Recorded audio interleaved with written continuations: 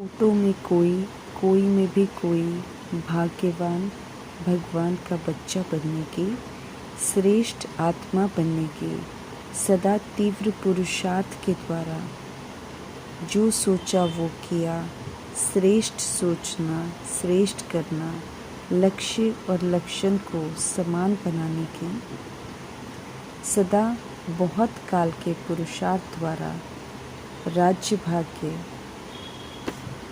और पूज्य मर्तबा प्राप्त करने की सदा बाप के स्नेह का रिटर्न अपने को टर्न कर नंबर 1 बनने की सदा विन करने वाला भाग्यवान बच्चा बनने की अव्यक्त बाप दादा की आज की अव्यक्त मुरली से हम आत्माओं के लिए शिक्षाएं। विश्व कल्याणकारी अर्थात विश्व की सभी आत्माओं को अपना परिवार समझने की, रहमदिल बन सभी आत्माओं के कल्याणकारी बनने की, अथक और निरंतर सेवाधारी बनने की, सदा एवर रेडी, सदा ऑलराउंडर की विशेषता से संपन्न रहने वाली आत्मा, कैसी भी अवगुण वाली आत्मा हो या कड़े संस्कार वाली आत्मा या कम बुद्धि वाली आत्मा हो, ग्लानि करने वाली आत्मा हो, कैसी भी अज्ञानी पतित आत्मा हो, विश्व कल्याणकारी आत्मा उसकी बुराई व कमजोरियों को कल्याणकारी होने के नाते क्षमा करते हैं, उनकी बातों को, उनके अवगुणों को दिल पर नहीं रखते हैं, सदा लॉफुल और लवफुल रहते हुए उन्हें शांति और शक्ति का सहयोग देते हैं। विश्व कल्याणकारी आत्मा विश्व की स्टेज पर एक्ट करने वाले होते हैं, इसलिए वे कभी भी व्यर्थ नहीं सोचते। उनके हर संकल्प में विश्व कल्याण की स्मृति रहती है। वे सदा रहमदिल, सदा महादानी रहते हैं। विश्व कल्याणकारी बनने के लिए बेहद की स्थिति चाहिए। संबंध, संस्कार, स्वभाव सब बेहद में, हद में नहीं। सारा अटेंशन बेहद की सेवा में होता है। तन, मन और प्राप्त धन सदा विश्व सेवा में अर्पण हो। नैनों में विश्व की सर्व आत्माएं स्मृति व दृष्टि में रहें। अप्राप्त आत्माओं को तृप्त करना, भिखारी आत्माओं को संपन्न बनाने की धुन लगी रहती है। दिन रात बाप द्वारा शक्तियों का वरदान लेते हुए सर्व को देने वाले दाता बनते हैं।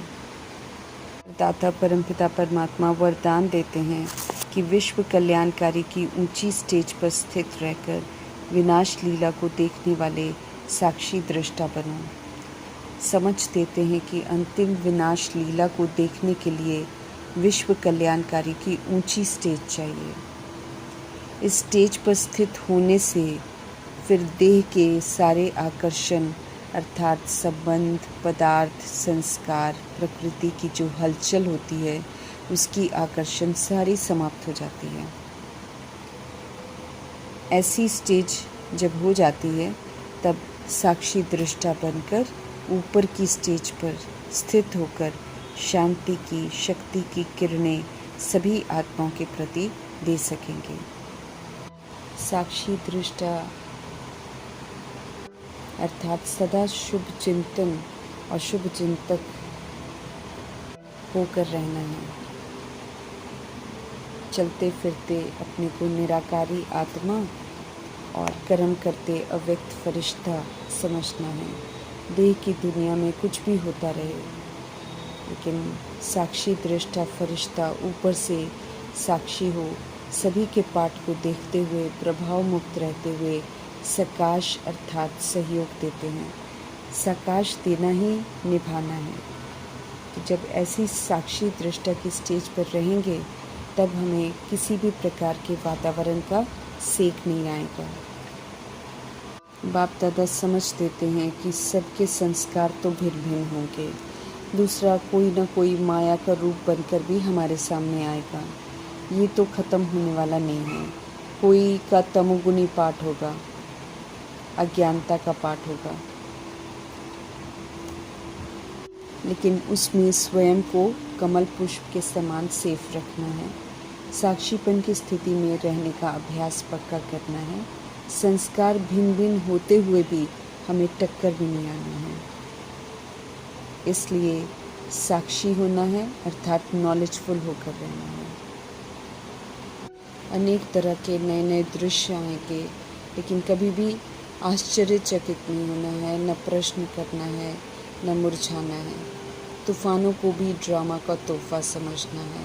स्वभाव संस्कारों के टक्कर को आगे बढ़ने का आधार समझना है।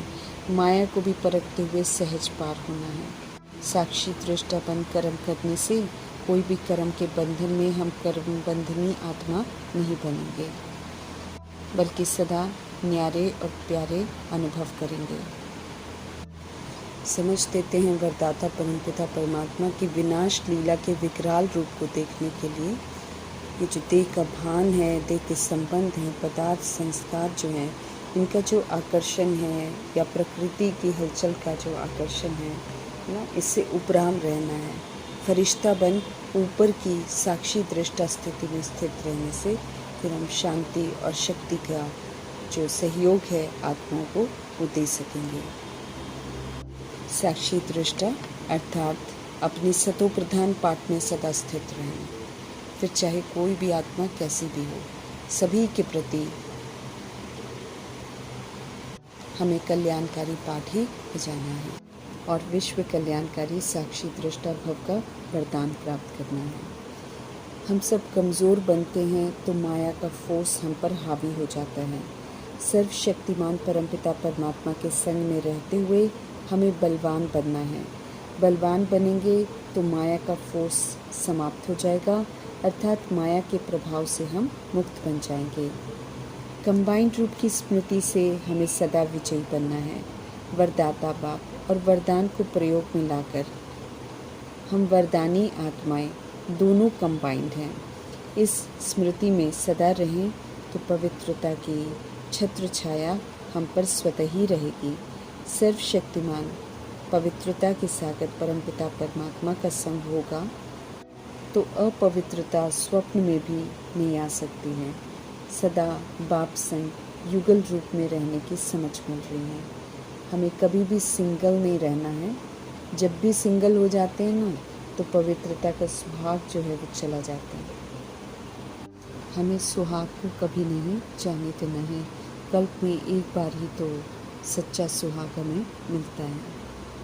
ईश्वर का बनकर हम गॉडली सर्विस पर हैं, वो तो हमें निरंतर रहना है। स्व सेवा और सभी की सेवा साथ साथ करनी है, लेकिन सेवा करते हमें सदा उपराम रहना है। कहीं भी अटैचमेंट नहीं हो, किसी भी तरह के बंधन में हमें नहीं बंधना है और बेहद वृत्ति द्वारा एवर रेडी बनना है। ब्रह्मा बाप समान हमको संपन्न बनना है। जब हम संपन्न बन जाएंगे तब समझेंगे कि हम एवर रेडी हैं।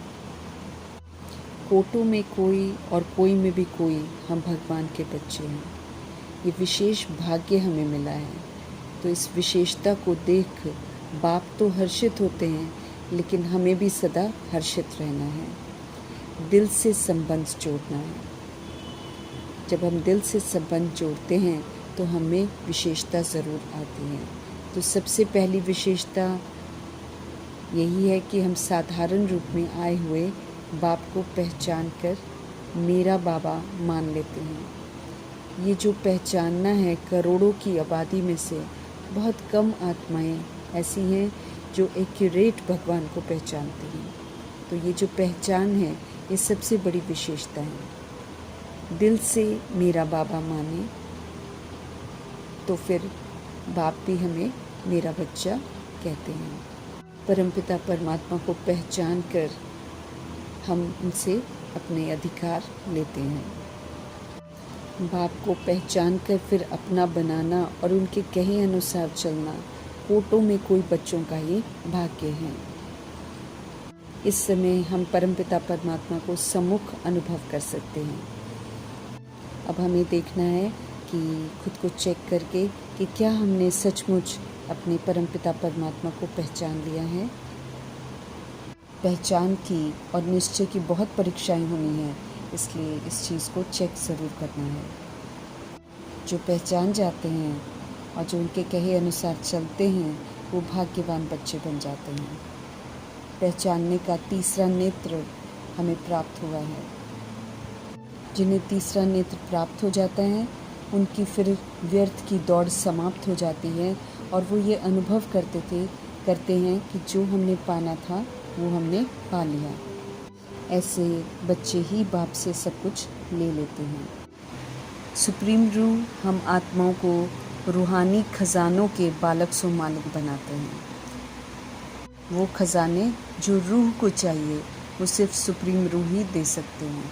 देह के अभिमान में आत्माएं वो खजाने जो हैं देहधारियों से मांगती हैं, लेकिन देहधारियों से कहीं से भी नहीं मिलता। सुप्रीम रूह ही आकर रूहों को तृप्त करते हैं। खजाने मिलते हैं ताकि हम उन्हें प्रयोग करें और फिर उनको सेवाओं में लगाकर जमा करें। इसलिए बाप दादा उन बच्चों को देख रहे हैं जो खजानों के मालिक बने हैं। तो हमें अपने खजानों का पोता मेल जो है वो ज़रूर रखना है और देखना है कि हम कहाँ तक खजानों को अपना बना रहे हैं। खजानों को जानना, खजानों को प्राप्त करना और फिर उनको अपने जीवन में समाना, इसी के आधार पर नंबर बनते हैं। समय की समीपता को देखते हुए बाप दादा बार बार भिन्न भिन्न प्रकार से हम आत्माओं को अटेंशन दिला रहे हैं कि अपने सूक्ष्म विशाल बुद्धि से चेक करो कि आपको क्या मिला है और कितना आपने लिया है और कितना आप उन खजानों से पलते हो, क्योंकि हमें पालना के संस्कार भी बनाने हैं। ध्यान खिंचवा रहे हैं कि चेकिंग हमारे लिए बहुत ज़रूरी है, क्योंकि इस समय माया तरह तरह के रॉयल रूप के अलबेलेपन और रॉयल आलस्य के रूप में ट्रायल कर रही है। कहीं हम अलबेले ना हो जाएं, कहीं हम आलस्य ना कर लें, इसलिए हमें अपनी चेकिंग करते रहनी है। स्पष्ट करते हैं कि सिर्फ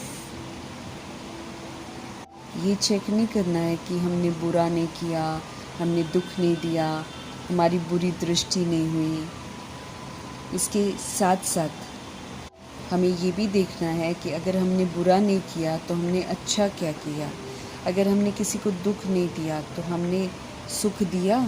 अगर हमने किसी को बुरी दृष्टि से नहीं देखा तो क्या हमने आत्मिक दृष्टि नेचुरल रखी सभी के प्रति, या विस्मृति स्मृति का खेल चलता रहा। फिर हमने कितनों को शुभ भावना दी, कितनों को शुभकामना दी, कितनी दुआएं दी। इस विधि से जमा का खाता हमने कितना जमा किया और कैसा रहा, इसकी चेकिंग हमको करनी है। सिर्फ ये देखना कि बुरा नहीं किया, दुख नहीं दिया, बुरी दृष्टि नहीं हुई। बाबा कहते हैं ये चेकिंग सिर्फ करके छोड़ देना मना, अलबेले रूप में चेक करना। समझ दे रहे हैं बाप दादा कि पूरे कल्प के लिए जमा का खाता हम अभी ही कर सकते हैं। ये जो समय है, ये जो संगम युग का समय हमको मिला हुआ है, ये फुल सीज़न खाता जमा करने के लिए ही है। हम अपने पूरे कल्प का भाग्य बना रहे हैं। 2500 वर्ष की राजधानी के लिए सीट बुक कर रहे हैं, तो इसमें जमा ही जमा करना है। और जमा तब होता है जब प्रभु से मिला हुआ हम सेवाओं में लगाते हैं। जो हम जमा करते हैं उसी के अनुसार हमें राज्य भाग्य मिलता है, उसी के अनुसार हम पूज्य देवी देवता बनते हैं। अगर जमा कम होता है तो फिर राज्य भाग्य भी कम और पूज्य बनने में भी फिर नंबरवार हो जाते हैं। जमा कम तो फिर पूजा भी कम, विधि पूर्वक जमा नहीं तो पूजा भी विधि पूर्वक नहीं होती है। कभी कभी विधि पूर्वक तो कभी पूजा भी और मर्तबे भी फिर कभी कभी मिलते हैं। जैसा हम पुरुषार्थ करेंगे वैसी प्राप्ति हमको होती है। इसलिए बाप दादा हम आत्माओं का ध्यान खिंचवा रहे हैं बार बार कि हर बच्चा संपन्न बने, हर बच्चा बाप समान बने। सेवा करनी है, लेकिन सेवा में हमें सदा उपराम रहना है, बेहद में रहना है। इसमें स्थूल सेवाओं में फंसे नहीं रहना है, उसी को सब कुछ नहीं समझना है। स्व की सेवा भी साथ साथ करनी है। योग और याद के सब्जेक्ट ये सबसे महत्वपूर्ण सब्जेक्ट हैं। इसलिए इसमें पूरी रुचि भी रखनी है और इसके प्रति पूरा अटेंशन भी रखना है। इसी से हमारे विक्रम विनाश होंगे, इसी से हम पावन बनेंगे, इसी से हम शिक्षाओं को धारण कर सकेंगे। याद में रहकर सेवा करेंगे तभी सेवा फलीभूत होती है। इसमें अब हमें हद में नहीं रहना है, लेकिन हमने अपनी वृत्ति को उपराम बनाना है। अब तो बेहद की वृत्ति रखनी है, किसी भी तरीके के नाम और मान की चाहना नहीं रखनी है, पोजीशन को मिक्स नहीं करना है, बेहद की वृत्ति को कभी भी कम नहीं करना है। बाप दादा हम आत्माओं को इशारा दे रहे हैं कि अभी से एवर रेडी हो जाओ, अभी से संपन्न बनो, अभी से समान बनो। समय पर नहीं छोड़ना है, समय तो क्रिएशन है, समय तो सभी को बदलेगा, लेकिन उसके लिए तो हमको मार्क्स नहीं मिलेंगे ना। हमें तो सुप्रीम शिक्षक की शिक्षाओं पर चलकर तुरंत वो करना है जो बाबा कहते हैं, और हमें बहुत काल का हिसाब जमा करना है। बहुत काल की संपन्नता बहुत काल की प्राप्ति कराती है। बहुत सारी परीक्षाएं आती हैं, उन परीक्षाओं में ही तो शिक्षाओं को यूज़ करके हमको संपन्न करना है। तो समय की समीपता के प्रमाण बहुत काल का जमा होना बहुत ज़रूरी है। बाबा कहते हैं फिर उलझना मत देना कि हमने तो समझा था बहुत काल में समय पड़ा है, अभी से बहुत काल का अटेंशन रखना है। प्रभु जी हम आत्माओं को रिक्वेस्ट कर रहे हैं, अटेंशन प्लीज़। बाप दादा कभी भी नहीं चाहते हैं कि हम में से कोई भी एक सब्जेक्ट में कहीं कम रह जाएं। ब्रह्मा बाप से प्यार है तो उनके प्यार का रिटर्न अपने आप को परिवर्तन करके देना है, रिटर्न देने की हिम्मत रखनी है। हमें पक्का व्रत लेना है कि हमको रिटर्न देना ही है, और हम तभी दे सकते हैं जब हम अपने आप को पूरी तरह टर्न कर लें। अब कहीं भी पुरुषार्थ में या रिटर्न देने में या अपने आप को टर्न करने में कहीं भी किसी भी तरीके का किचड़ा नहीं होना चाहिए। इस व्रत लेने का पूरा अच्छा प्रोग्राम बनाना है, रिटर्न हमको देना ही है। जितना बाप दादा चाहते हैं उतना करना है। बाप दादा क्या चाहते हैं उसकी लिस्ट निकालनी है और चेक करना है कि कहाँ तक हम वो सब कुछ करते हैं जो बाप दादा चाहते हैं। ध्यान खिंचवा रहे हैं पुनः मीठे परमात्मा कि हम सब पूर्वज आत्माएं हैं, सृष्टि रूपी ड्रामा में सबसे पहले आते हैं। तो दुनिया वाले जो हैं वो देवी देवताओं की ही पूजा करते हैं,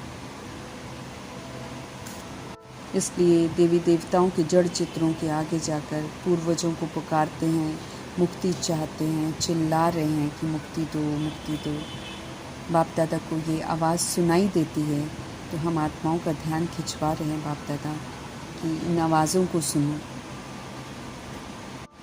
अपने पुराने संस्कारों को, अपनी नेचर को, ना पुरानी नेचर को, कुछ भी जो थोड़ा रहा हुआ है, बंधन जो बंधनी आत्मा बनाता है, उससे मुक्त होना है। जब तक हम मुक्त नहीं होंगे तो हम आत्माओं को मुक्त नहीं कर सकेंगे। मास्टर मुक्तिदाता का स्वमान स्मृति में दिलाते हुए बाप दादा कहते हैं कि अपने को मुक्त करो तो सर्व आत्माओं के लिए मुक्ति का द्वार खुल जाए।